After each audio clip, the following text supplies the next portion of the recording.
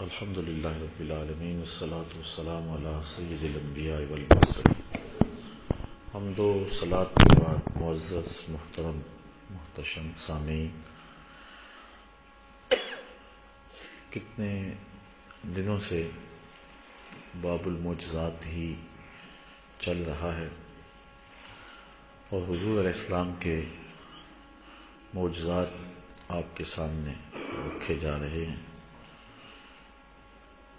حضرت سہل بن حنظلیہ رضی اللہ تعالی عنہ روایت کرتے ہیں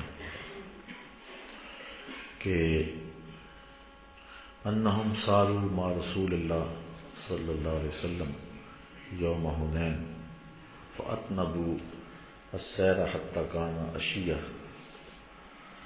کہ حضور علیہ السلام کے ساتھ غزوہ حنین کے موقع پہ لوگ سفر میں تھے اور سفر کافی لمبا ہو گیا حتیٰ کہ عشاء کا وقت ہو گیا۔ فجاء فارس، ایک سوار آیا، فقال یا رسول اللہ صلی اللہ علیہ وسلم انی طلعت علی جبل کذا و کذا، کہ میں اس پہاڑ پر دیکھ کر کے آیا ہوں۔ اس نے ساری تفصیلات بتائی کہ یہ میں نے دیکھا ہے۔ فاذا انا بحوازن علی بکرۃ ابیہم بزؤنہم ونعیمہم اجتمعوا الی حنین، کہ قبیلہ حوازن جو ہے وہ اپنے بچوں کو، جوانوں کو، بوڑھوں کو، اونٹوں کو اور اپنے جانوروں کو، ساز و سامان کو لے کر کے سارا قافلہ جو ہے وہ میدان میں جمع ہے۔ یعنی اس نے خبر دی حضور کو کہ دشمن کا لشکر بہت سارا ہے، اور قبیلہ حوازن جس کے ساتھ ٹکراؤ ہوا تھا حنین میں، وہ اپنے سارے لاؤ لشکر کے ساتھ اور بچوں اور بوڑھوں کے ساتھ، جوانوں اور مردوں اور عورتوں کے ساتھ وہ میدان میں جمع ہے۔ فتبسم رسول اللہ صلی اللہ علیہ وسلم، حضور مسکرا پڑے، وقال، اور فرمایا تلک غنیمت المسلمین غدا انشاءاللہ تعالی، فرمایا کل یہ تمہارے لیے سب کچھ مال غنیمت ہوگا، یہ سب کچھ کل تمہارے لیے مال غنیمت ہوگا جو یہاں جمع ہے۔ ثم قال، پھر حضور نے کہا من یحرسنا اللیلہ، کہ رات کو ہمارا پہرا کون دے گا؟ حضور نے فرمایا رات کو ہمارا پہرا کون دے گا؟ قال انس بن ابی مرثد، حضرت انس ابن ابی مرثد الغنوی رضی اللہ تعالی عنہ نے کہا انا یا رسول اللہ صلی اللہ علیہ وسلم، حضور یہ نوکری میں سر انجام دوں گا۔ قال ارکب فراکب فرسا، حضور نے فرمایا کہ تو سوار ہو جا، تو وہ ایک گھوڑے پہ سوار ہو گئے۔ فقال، تو حضور نے اس کو فرمایا استقبل ھذا الشیب حتی تکون فی اعلاہ، کہ تو اس پہاڑ پر چڑھ جا یہاں تک کہ تو سب سے اونچائی پر چلا جائے۔ فلما اصبحنا، وہ پہرا دینے کے لیے چلے گئے اور لوگ سو گئے۔ کہتے ہیں جب صبح ہوئی خرج رسول اللہ صلی اللہ علیہ وسلم الی مصلاہ، تو حضور نماز کے لیے نکلے۔ فرکع رکعتین، تو حضور نے 2 رکعتیں پڑھی، فجر کی 2 سنتیں۔ ثم قال، پھر فرمایا هل حسستم فارسکم، وہ رات جو ہم نے سوار بھیجا تھا تم نے اس کو آتے جاتے محسوس کیا ہے؟ تو لوگوں نے کہا فقال رجل یا رسول اللہ ما حسسنا، کہ ہم نے اس کو محسوس نہیں کیا۔ یعنی حضور نے اس کو یہ تاکید کی تھی کہ تم پہاڑ پہ چڑھ جانا، اگر رات کوئی اچانک کوئی حملہ ہو یا کوئی دشمن کی طرف سے نقل و حرکت ہو تو اس کی اطلاع دینا۔ تو حضور نے فرمایا کہ اس نے کوئی اطلاع دی، اس نے کوئی ایسی بات کی کہ جس کو تم نے محسوس کیا؟ تو صحابہ نے عرض کی نہیں حضور ہم نے کوئی محسوس نہیں کیا۔ فصف بالصلاۃ، تو نماز کے لیے اقامت کہی گئی۔ فجعل رسول اللہ صلی اللہ علیہ وسلم وهو يصلي يلتفت الى الشيب، حضور علیہ السلام نماز پڑھانے کے لیے کھڑے ہوئے اور حضور نماز بھی پڑھا رہے تھے اور گوشہ چشم سے جدھر سوار بھیجا تھا ادھر بھی دیکھ رہے تھے۔ اچھا میں کہتا ہوں، لوگ کہتے ہیں نبی کے خیال سے نماز ٹوٹ جاتی ہے۔ اب نبی اپنے بھیجے ہوئے غلام کی راہیں تک رہا ہے اور نماز بھی پڑھا رہا ہے۔ اللہ اکبر۔ یہ امام ابو داؤد نے حدیث روایت کی ہے۔ تو حضور علیہ السلام جو ہیں وہ نماز بھی پڑھا رہے تھے اور گوشہ چشم سے دیکھ بھی رہے تھے۔ یہ بات ذہن میں رکھیں کہ نماز کے اندر جائے سجدہ پہ نظر رکھنی چاہیے، لیکن اگر گوشہ چشم سے دائیں بائیں کو دیکھ لیتا ہے تو یہ نماز میں کراہت کا سبب نہیں ہے۔ اگر گردن پھیر کے دیکھتا ہے تو نماز مکروہ ہو جاتی ہے، اور اگر سینہ پھیرتا ہے تو نماز ٹوٹ جاتی ہے۔ یہ بات ذہن میں رکھیں۔ ویسے جائے سجدہ پہ حالت قیام میں نظر رہے، حالت رکوع میں پاؤں کے ناخنوں پہ نظر رہے، اور تشہد میں قعدے میں انسان کی نظر جو ہے وہ گود میں رہے۔ لیکن اگر گوشہ چشم سے آنکھیں گھما کر کے تھوڑا سا دیکھ لیا تو اس سے کراہت نہیں آئے گی، لیکن اگر گردن گھما کے دیکھا تو نماز مکروہ ہو جائے گی، ٹوٹے گی نہیں۔ لیکن سینہ پھر گیا قبلے سے تو نماز ٹوٹ جائے گی۔ لیکن صحابہ نے حضور علیہ السلام کی طرف جو ہے وہ نظریں گھما کر کے بھی دیکھا، اور صحابہ نے حضور کی طرف گردن پھیر کے بھی دیکھا، اور حضور علیہ السلام کی طرف سینے پھیر کے بھی دیکھا، اور نماز مکروہ نہیں۔ وہ جمعۃ المبارک کے موقع پر میں نے عرض کیا تھا، جن لوگوں کو جمعہ کی حاضری نصیب ہوئی ہے ان کے لیے دہرانے کی ضرورت نہیں ہے، باقیوں کے لیے دو جملے کہ حضور علیہ السلام نماز میں آئے، صدیق اکبر رضی اللہ تعالیٰ عنہ نماز پڑھا رہے تھے، حضور نے حجرہ عائشہ رضی اللہ تعالیٰ عنہ سے جو ہے وہ پردہ ہٹا کے دیکھا، تو حجرہ عائشہ بالکل پیچھے ہے، حضرت صدیق اکبر رضی اللہ تعالیٰ عنہ یہاں کھڑے ہیں، اور انہوں نے دیکھا تو حضور کو دیکھ کے پیچھے ہٹے۔ تو کیسے دیکھا ہوگا؟ گوشہ چشم سے بھی نہیں دیکھا جاتا، گردن گھما کے بھی نہیں دیکھا جاتا، وہاں دیکھنے کے لیے سینہ پھیرنا پڑتا ہے، اور حضرت ابوبکر صدیق نے سینہ پھیرا، دیکھا، اور پھر اپنے مصلی پہ نماز بھی نہیں دہرائی۔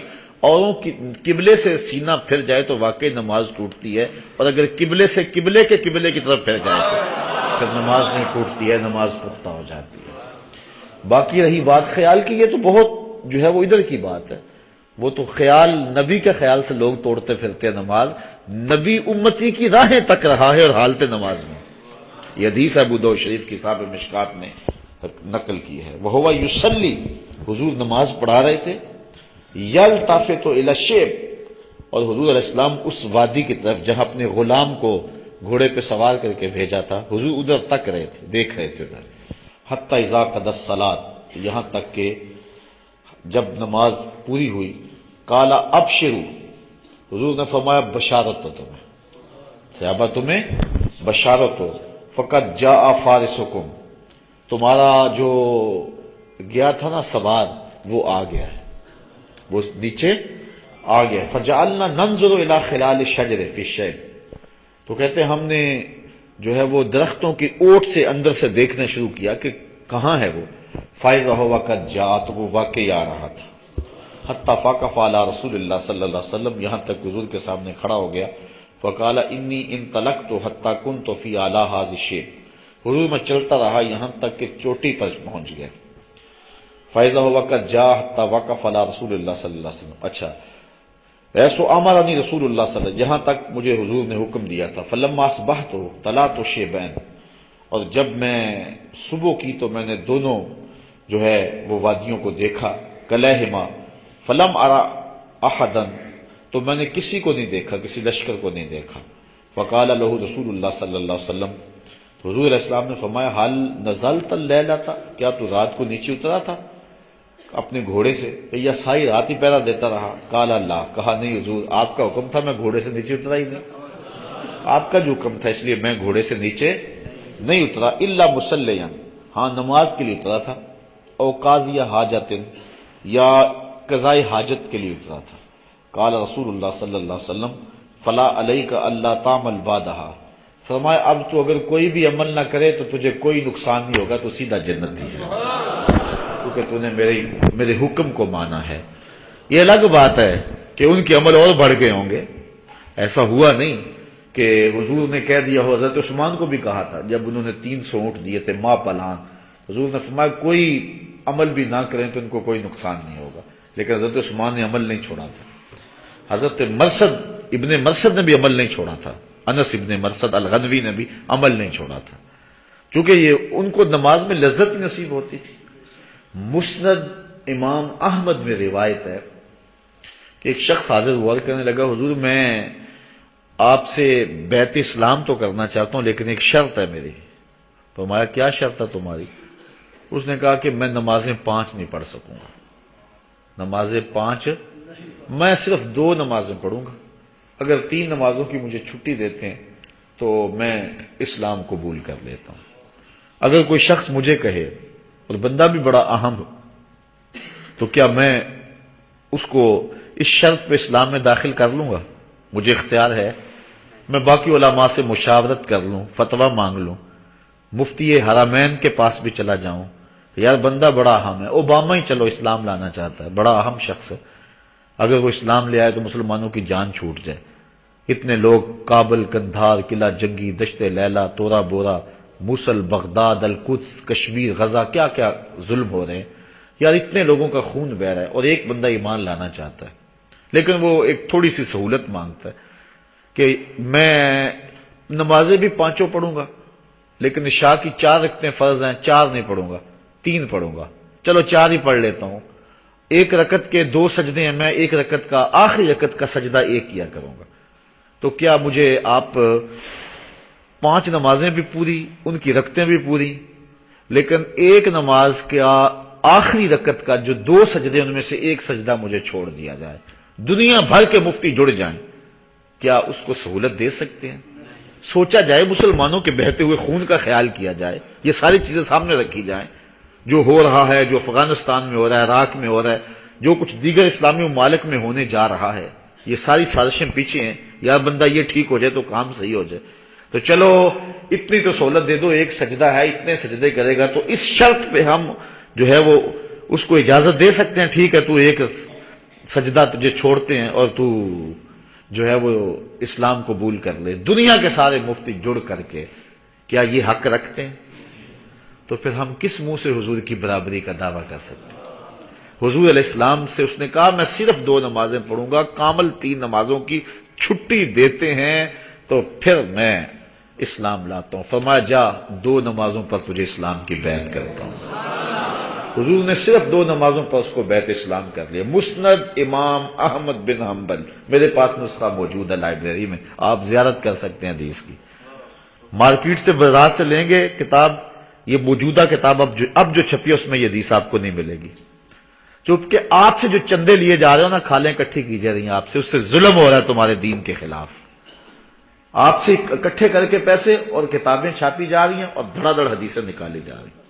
اب جو کتاب چھپی ہے اس میں نہیں ہے، لیکن میرے پاس بیروت کا نسخہ اس میں حدیث موجود ہے۔ یہ الگ بات ہے کہ حضور نے اس کو 2 جو ہے وہ 2 اعمال پر حضور علیہ السلام نے 2 نمازوں پر بیعت اسلام کر لیا، لیکن جب اس نے نماز پڑھی تو پھر مزہ آیا، اس نے کہا میں تو 5 پڑھوں گا، لیکن حضور نے اس شرط پر، تو اسے بھی حضور علیہ السلام نے فرمایا کہ جا اب تو کوئی عمل نہ بھی کرے تو تجھے چھٹی ہے۔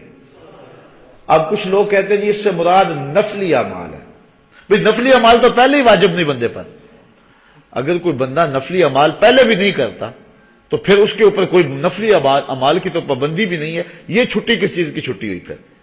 تو یہ اللہ کے محبوب کا اختیار ہے، حضور جس کے لیے چاہیں جو چاہیں کر دیں۔ حضور علیہ الصلوۃ والسلام کو اللہ نے یہ تصرف عطا فرمایا ہے، اور آپ جانتے ہیں کہ حضور علیہ السلام نے یہ نہیں فرمایا اس صحابی کو کہ جس شخص نے روزہ توڑا تھا کہ لے کھجوریں خود لے جا، خود کھا جا اور اپنے بچوں کو کھلا دے، روزے کا کفارہ بھی ادا ہو جائے گا، تو کیا کریں گے؟ کس کس حدیث کو نکالیں گے کتب حدیث سے؟ پھر تو ساری حدیثیں ختم ہی کرنا ہوں گی، جو حضور کی عظمتوں کے دیے تو جگہ جگہ پہ روشن ہیں۔ تو حضور علیہ الصلوۃ والسلام نے فرمایا کہ جا اب تیرے لیے کوئی مسئلہ نہیں ہے۔ اچھا کھجوروں کی بات آئی تو آگے حدیث بھی کھجوروں والی آ گئی، اللہ اکبر۔ یہ روایت کرتے ہیں حضرت ابو ہریرہ رضی اللہ تعالی عنہ، وعن ابی ہریرہ قال اتیت النبی صلی اللہ علیہ وسلم بتمرات، کہتے ہیں میں حضور کی خدمت کے اندر کچھ چھہارے لے کے آیا، کچھ چھہارے لے کر کے آیا، تو فقلت، اور میں نے کہا یا رسول اللہ صلی اللہ علیہ وسلم ادعو اللہ فیہن بالبرکہ فَزَمَهُنَّ ثُمَّ دَعَا لِي فِيهِنَّ بِالْبَرْكَةِ فَزَمَّهُنَّ حضور علیہ السلام کے پاس میں تھوڑے سے چھہارے پیش کیے. میں نے کہا حضور آپ ان چھہاروں پر برکت کی دعا کر دیں. ان چھہاروں پر برکت کی دعا آپ بھی تو کر سکتے تھے حضرت ابو ہریرہ. آج لوگ منہ پھاڑ پھاڑ کہتے ہیں اللہ سب کی سنتا ہے. کیا جاتے ہو بزرگوں کے پاس لینے کے لیے؟ اللہ تو ہر ایک کی سنتا ہے، کیوں وسیلے ڈھونڈتے پھرتے ہو؟ کیا حضرت ابو ہریرہ کی دعا قبول نہیں ہوتی تھی؟ وہ حضور کے پاس گئے. حضور بھی یہ کھجوریں ہیں اور ان پر برکت کی دعا کر دیں. کھجوریں لے گئے، حضور کی خدمت میں پیش کی. فَزَمَّهُنَّ حضور نے ان جو ہے وہ کھجوروں کو ملا دیا، مکس کر دیا. ثُمَّ دَعَا لِي اور پھر حضور علیہ السلام نے میرے لیے دعا کر دی. فِيهِنَّ ان کھجوروں میں بالبرکت برکت کی. حضور نے ان کھجوروں کو مکس کر کے میرے لیے برکت کی دعا کر دی. قالا اور فرمایا خذہن لے پکڑ لے، فجعلہن فی مزودے کا اور اس کو اپنے توشہ دان میں ڈال لے. یہ لے کھجوریں، تھوڑی سی کھجوریں تھی، کہا یہ لے لے اور اس کو توشہ دان میں ڈال دے. کلما اردت ان تاخذ منہ شیئا فادخل فیہ یدک فخذہ جب بھی تیرا دل کرے نا کھجوریں کھانے کو، اس میں ہاتھ ڈالا کر اور نکال لیا کر. اس توشہ دان میں ہاتھ ڈالا کر اور نکال لیا کر. اور ساتھ حضور نے یہ فرمایا وَلَا تَنْصُرْهُ نَصْرًا تو اس کو جھاڑنا نہ، خالی نہ کرنا، الٹنا نہ، باقی جو تیری ضرورت ہے وہ اس توشہ دان سے پوری ہوگی. وہ تھیلا تھا چمڑے کا یا جو بھی تھا، اس میں انہوں نے کھجوریں رکھ لی. کہتے ہیں فَقَدْ حَمَلْتُ مِنْ ذَلِكَ التَّمْرِ كَذَا وَكَذَا مِنْ وَسْقٍ فِي سَبِيلِ اللَّهِ کہا کہ میں نے اس سے بہت ساری کھجوریں لی اور کئی وسق میں نے اللہ کی راہ میں خیرات بھی کی. ایک وسق جو ہے وہ 60 سا کا ہوتا ہے اور ایک سا جو ہے وہ 4.5 کلو کا ہوتا ہے. 4.5 سیر کا ایک سا ہوتا ہے. اللہ اکبر. اتنے وسق جو ہے وہ کھجوریں کہتے ہیں. یعنی کئی من کھجوریں میں نے اللہ کی راہ میں بھی بانٹی. اور پھر فرماتے ہیں کلما آگے فرمایا فَكُنَّا نَاكُلُ مِنْهُ وَنُطْعِمُ کہ ہم اس سے کھاتے بھی اور اس سے لوگوں کو بھی کھلاتے. جو مہمان آتا وہ بھی ادھر سے ہی کھاتا، ہم خود بھی کھجوریں ادھر سے کھاتے، فقیر آتے تو اس کو بھی بانٹتے. کھجوریں تھی چند اور ایک روایت میں صرف 21 کھجوریں 21 کھجوریں تھی. وہ دوسری روایت ہے، یہ ترمذی کی روایت ہے. وہ روایت دوسری جس میں انہوں نے جو ہے وہ 21 کھجوروں کا ذکر کیا ہے.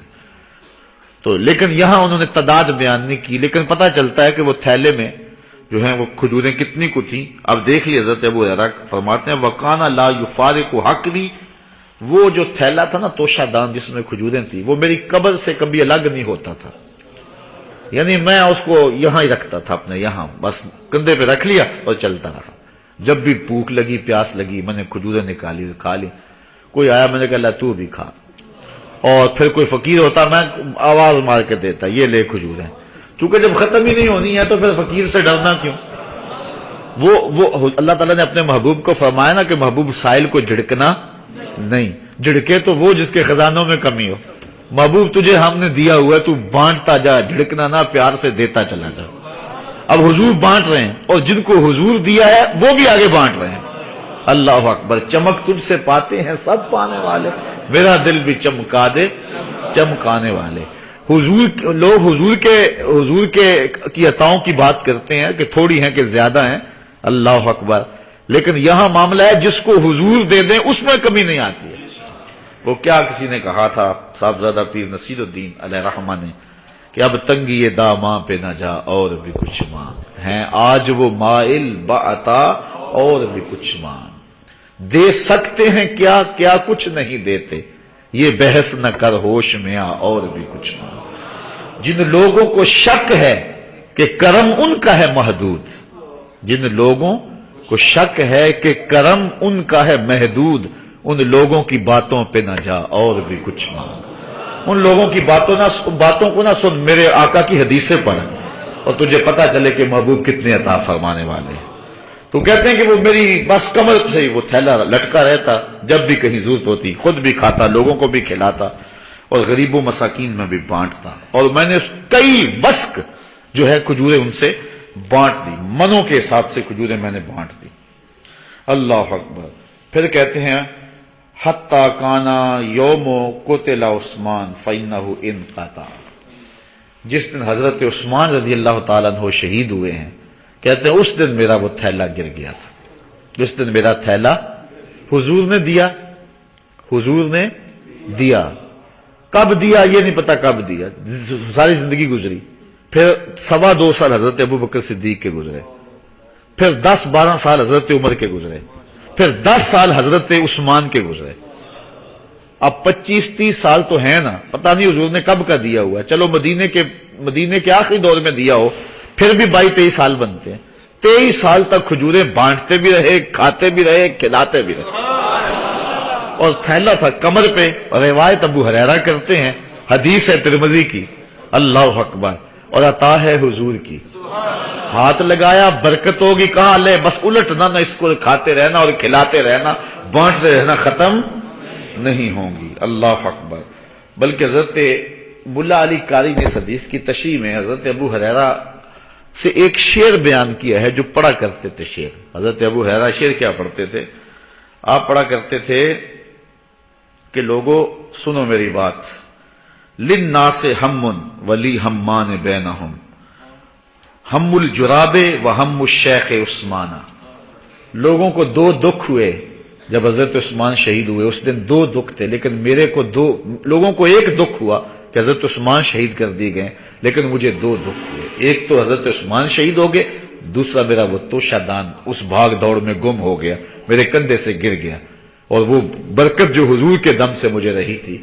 اچھا بس اللہ کی حکمتیں ہی ہیں، اگر وہ توشہ دان حضرت ابو ہریرہ کے پاس رہتا اور گم نہ ہوتا، کسی نے تو الٹ دیا ہوگا نا، حضرت ابو ہریرہ تو کسی کو دے کے جاتے نا، مرتے ہوئے کہتے کہ لے تو بھی نہ الٹنا اس کو، اور اس سے تو بھی بانٹتا رہنا۔ ساری زندگی ابو ہریرہ نے بھی اس سے کھائیں، اور جب جاتے تو کسی کو دے جاتے۔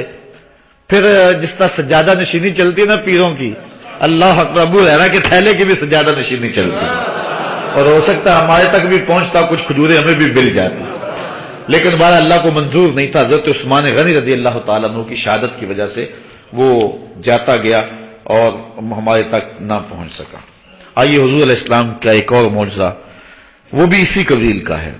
حضرت جابر روایت کرتے ہیں، ان رسول اللہ صلی اللہ علیہ وسلم جاءہ رجل، ایک شخص حضور کی خدمت میں حاضر ہوا، یستطعمہ، حضور سے اس نے کوئی کھانے کی چیز مانگی، فاطعمہ شطر وسق، حضور نے وسق شعیر، حضور نے اس کو جو ہے وہ جو کے کچھ وسق عطا فرمایا، وسق نہیں بلکہ وسق کا بھی نصف حصہ اس کو عطا فرمایا۔ وسق جو ہوتا ہے وہ 6 من 30 کلو کا ہوتا ہے، تو 3 من 15 کلو حضور نے اس کو جو عطا کر دی۔ کتنے؟ 3 من 15 کلو جو حضور نے اس کو عطا کر دیے۔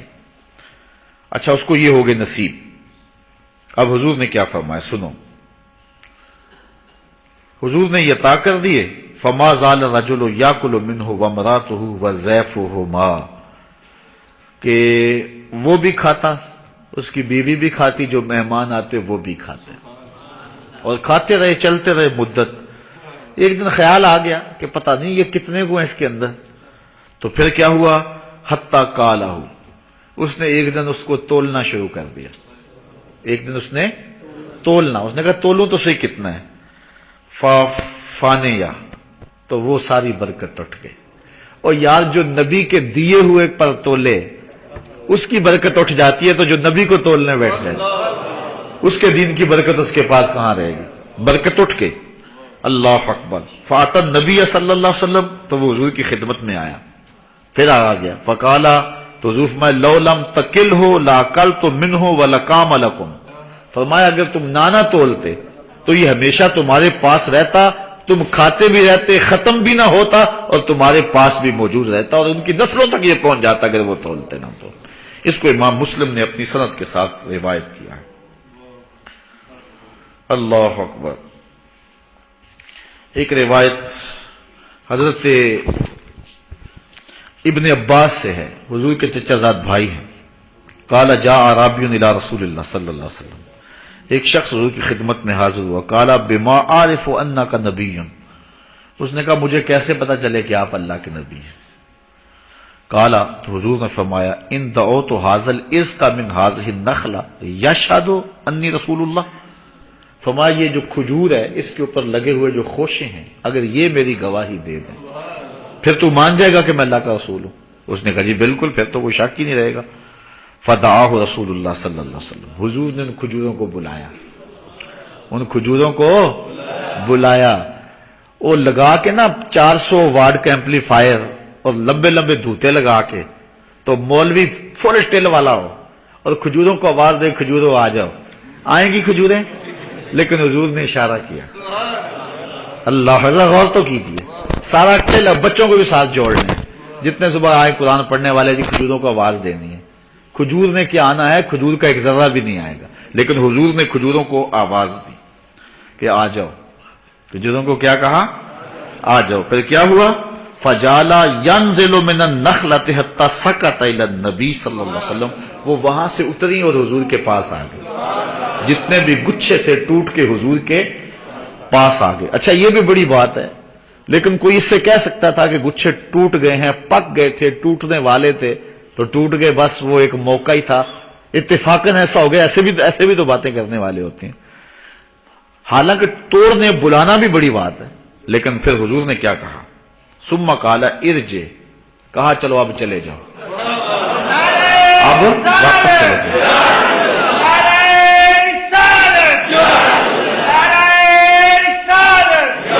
قال ارجع، فرمایا اب واپس چلی جاؤ.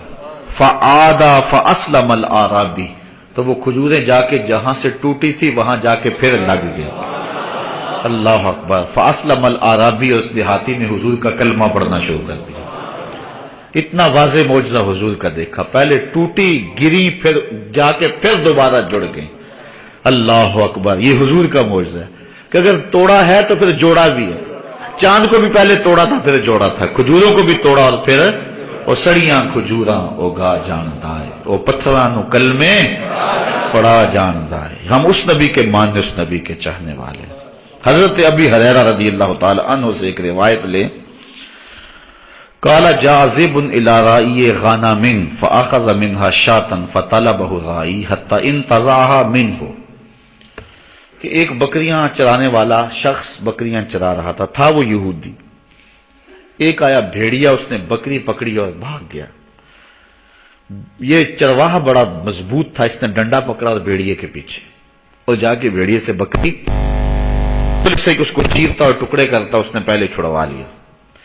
جب بکری اس نے چھڑوا لی، قال فصعد الذئب على تل فقع واستسفر وقال قد امت الى رزق رزقنيه الله اخذته ثم انتزعته مني. وہ ایک اونچی جگہ پہ بیٹھ گیا، ٹیلے پہ بیٹھ گیا اور کہنے لگا اللہ نے رزق دیا تھا تو نے چھین لیا مجھ سے. اور یہ گفتگو جو ہے وہ ایسے جس طرح لوگ کرتے ہیں، فصیح زبان میں کر رہے ہیں. اس شخص نے جب سنا نا تو فقال رجل، اس نے کہا تاللہ ان رأیت کل یوم ذئب یتکلم، میں نے کبھی بھیڑیوں کو باتیں کرتے نہیں دیکھا، آج تک کبھی بھیڑیوں نے باتیں تو نہیں کی تھی جس طرح انسان کرتے ہیں، عجیب بات ہے. فقال الذئب، تو بھیڑیا باتیں تو پہلے کر رہا تھا. اس نے کہا عجب من ھذا، میں اس سے بھی عجیب بات نہ سناؤں؟ تجھے یہ بڑا تعجب ہو رہا ہے کہ بھیڑیا بول رہا ہے، لیکن میں تجھے اس سے بھی عجیب بات نہ سناؤں؟ اس نے کہا کیا؟ اس نے کہا من ھذا، اس سے بھی عجیب بات، رجل فی النخلات بین الحرتین، کہ یہ جو کھجوروں کا جھنڈ ہے نا، مدینے کی طرف اشارہ کر کے کہا، کہاں ایک آدمی آیا، یہاں ایک شخص آیا ہے، یہاں ایک شخص آیا ہے، یخبرکم بما مدا وما هو کائن بعدکم، جو گزرے ہوئے واقعہ ہیں ان کی بھی خبر دے رہا ہے، جو آنے والے واقعہ ہیں ان کی بھی خبر دے رہا ہے. اور بھیڑیا بھی مان جائیں، یہ تو بھیڑیا بھی کہہ رہا ہے کہ نبی آنے والی خبریں دے رہا ہے. اور بھیڑیوں تم اس سے بھی گئے گزرے ہو، تم ابھی تک ترازو لے کے بیٹھے غیب نہیں جانتے تھے. وہ بھیڑیا کہہ رہا ہے، بھیڑیا کہہ رہا ہے کہ ایک ایسا شخص آیا ہے کہ جو گزرے ہوئے واقعے بھی بیان کر رہا ہے اور جو آنے والے واقعات ہیں وہ بھی بیان کر رہا ہے، اور کوئی شے اس سے پوشیدہ فکان رجل یہودیا، وہ شخص جو تھا وہ یہودی تھا، فجاء الی النبی صلی اللہ علیہ وسلم فاخبرہ، وہ حضور کی خدمت میں آیا اور اس نے حضور کو خبر دی کہ میں نے یہ واقعہ دیکھا ہے، فاسلم، اور اسلام بھی لے آیا، فصدقہ النبی صلی اللہ علیہ وسلم، تو حضور نے اس کی تصدیق کی کہ ہاں واقعی یہ واقعہ ہوا ہوگا۔ ثم قال النبی صلی اللہ علیہ وسلم انہا امارات بین ید الساعۃ، کہا کہ یہ بھی عجیب بات ہے لیکن قرب قیامت میں ایسی علامتیں بھی ظاہر ہو جائیں گی، قد اوشک الرجل ان یخرج فلا یرجع حتی یحدثہ نالاہ وصوتہ بما احدث اہلہ بعدہ، فرمایا قرب قیامت میں بندہ گھر سے جائے گا تو واپس جب پلٹے گا اس کا کوڑا، اس کے نالین، جوتے جو اس کے اہل خانہ نے بعد میں باتیں کی ہوں گی وہ ریکارڈ کر لیں گے اور اس کو بتا دیں گے۔ اور آج دیکھ لیں آپ، چھوٹے سے پرزے لگا کے چلے جائیں، واپس آ کے سب کچھ سن لیں گھر میں کیا ہوتا رہا۔ تو اس وقت یہ واقعہ جو ہوا، یہ حضور جو خبریں دیتے ہیں یہ بطور معجزہ دی ہیں حضور، میں قرب قیامت میں یہ چیزیں ویسے بھی آ جائیں گی، یعنی آج کے دور میں جو حضور نے بتایا وہ سامنے آ گیا نا، گھر چھوڑ جائیں، موبائل ریکارڈنگ پہ لگا کے آپ سب کو سن لینا، جوتے پہ بھی لگا دیں کوئی چھوٹی سی چیز، کوئی چیز جو ہے وہ کوڑے پہ لگا کے، بندوق پہ لگا کے چلے جائیں، تو اس گھر میں ساری جو بات ہے، دفتر میں ساری جو بات ہے، جو کچھ ہو رہا ہے، ایک بندہ سب کو ریکارڈ کر رہا ہے، واپس آ کے سب کچھ سن لے۔ یہ حضور نے اس وقت بتایا، گویا حضور نے عقل کے اندھے جو لوگ ہیں ان کو اشارہ دیا، اور سب کچھ دیکھ لو گے اور پھر بھی نبوت کا انکار کرو گے اور پھر بھی نبی کی طاقت کا انکار کرو گے؟ یہ تو تم دیکھتے ہو کہ آلات کے ذریعے گزری ہوئی باتیں وہ سب ریکارڈ ہو جاتی ہیں، تو جس کو اللہ نے محمد اور نبی اور رسول اعظم بنایا ہے پھر اس کی شان کا عالم کیا ہوگا، اس کی رحمت کا عالم کیا ہوگا۔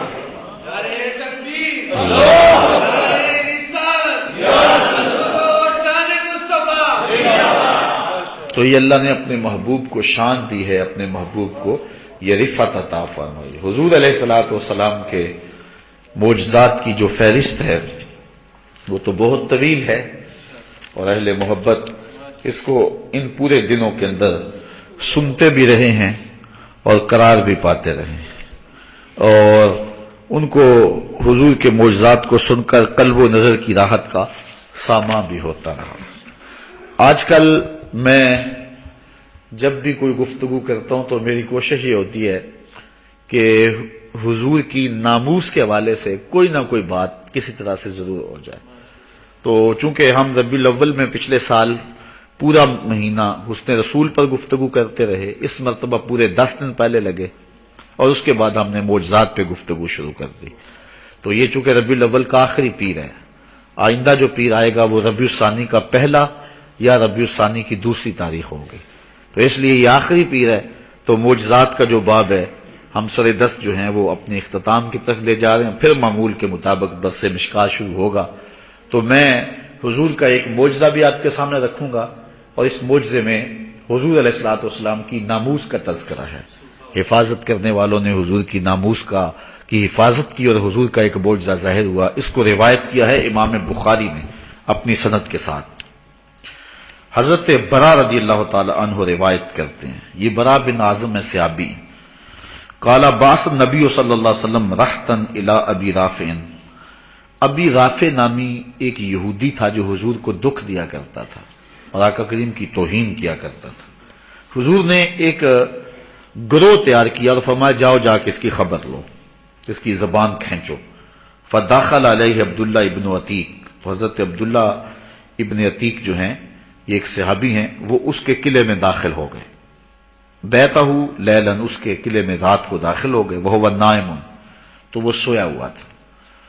تو حضرت عبداللہ بن عتیق نے آواز دی کہ اے ابو رافع، اس نے کہا ہڑبڑایا نیند میں، آپ سمجھ گئے کہ یہ اس چارپائی پہ لیٹا، چونکہ اس لوگ زیادہ تھے وہاں، آپ نے آگے بڑھ کے جو ہے وہ اس کے پیٹ کے اندر خنجر کھونپ دیا، فقاتلہ، اور اس کو قتل کر دیا۔ فقال عبداللہ بن عتیق، حضرت عبداللہ بن عتیق کہتے ہیں فوضعت السیف فی بطنہ حتی اخذہ فی ظہرہ، باہر نکلے تو پھر خیال آیا کہ کہیں بچ نہ گیا ہو، پھر واپس پلٹے، جس نے غازی علم الدین نے کیا تھا۔ آپ پڑھیں غازی علم الدین کی تعریف، غازی علم الدین علیہ رحمہ نے جب راجپال کو قتل کیا، قتل کر کے وہ ٹال تھا ایک لکڑیوں کا اس کے پاس آیا، دل میں خیال آیا کہیں موذی بچ نہ گیا ہو، غازی پھر گیا. اللہ اکبر. جو اللہ رسول کے لیے جانیں وارتے ہیں وہ ڈرا نہیں کرتے ہوتے. بعد میں بیان بدلا. غازی علم الدین کو کس کس نے نہیں کہا تھا ایک بار کہہ دے کہ راجپال کو میں نے نہیں مارا، بس تیرے گلے سے پھندا پھانسی کا نکلوانا ہمارا کام ہے. تو غازی علم الدین نے کیا کہا تھا؟ اس نے کہا حد ہوگی تمہاری، یہ تو میرے مقدر اور میں اس کا انکار کر دوں. بڑے بڑے لوگوں نے کہا میں، وہ کہتا نہ میں مر کے بھی نہیں مرتا، جے تیری نظر ہووے آنکھی سونے نو وائے نہیں، جے تیرا گزر ہووے میں مر کے بھی نہیں مردا جے تیری. بتاؤ غازی علم الدین مرا ہے کہ زندہ ہے؟ لوگوں کے دلوں میں زندہ ہے، ہمارے من میں زندہ ہے، کتابوں میں زندہ ہے، ہواؤں میں زندہ ہے، فضاؤں میں زندہ ہے، قبر میں زندہ ہے. اس نے کہا تم، بلکہ لوگوں نے علامہ اقبال کو کہا کہ آپ جائیں اور جاب کے آپ کہیں. علامہ اقبال نے پہلے تو انکار کیا، لوگوں کا اصرار بڑھا، کیونکہ سب کی آرزو تھی کہ بچ جائے، اس کو پھانسی نہ ہو، تو سب کی آرزو تھی کہ کچھ نہ ہو اس سے. بڑا تیار کیا تو علامہ اقبال خیر تیار ہو گئے نادل نخواستہ، اور جا کے غازی علم الدین کو کہا. ابھی کہنے لگے تھے تو غازی علم الدین چہرے سے پڑ گئے، تو کہا اقبال تم بھی یہ کہہ رہے؟ اللہ اکبر. تو اقبال نے پھر اس وقت کہا تھا کہ ان شہیدوں کی دیت اہل کلیسا سے نہ مانگ، ان شہیدوں کی دیت اہل کلیسا سے نہ مانگ، کہ حرم سے بھی بڑھ کر پاکیزہ ہے جن کا لہو، ان کا لہو تو حرم سے بھی بڑھ کر قیمتی ہے. تو اللہ اکبر.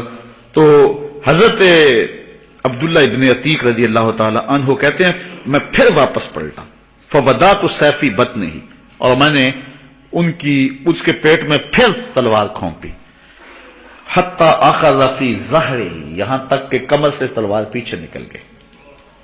جب نکل گئی تو فعرفت انی قتلتہ، مجھے یقین ہو گیا کہ میں نے اسے مار دیا، میں نے گستاخی رسول کرنے والی زبان کاٹ دی ہے. فجعلت افتح الابواب حتى انتهيت الى درجة فوضعت رجلي فوقعت في ليلة مقمرة فانكسرت ساقي. کہتے ہیں کہ میں نے جلدی جلدی پیچھے دروازے بند کرتا گیا تھا قلعے میں، بہت بڑا قلعہ تھا اس کا. جب سیڑھیاں پڑا ہاتھ دروازہ بند کر کے آگے گزرتے تاکہ پیچھے سے کوئی آئے نہ، پھر دروازہ بند کر دیا، واپس آیا دروازے کھولتا ہوا آیا. آخری دروازے کو جب کھولا تو رات تھی، چاندنی، اور لگا یوں کہ جس طرح زمین آ گئی ہے نیچے، لیکن سیڑھی اونچی تھی. اور میں نے آگے پاؤں بڑھایا تو میری پنڈلی ٹوٹ گئی، پنڈلی کی ہڈی ٹوٹ گئی. فن کسرت ساقی، میری ساق، میری پنڈلی ٹوٹ گئی.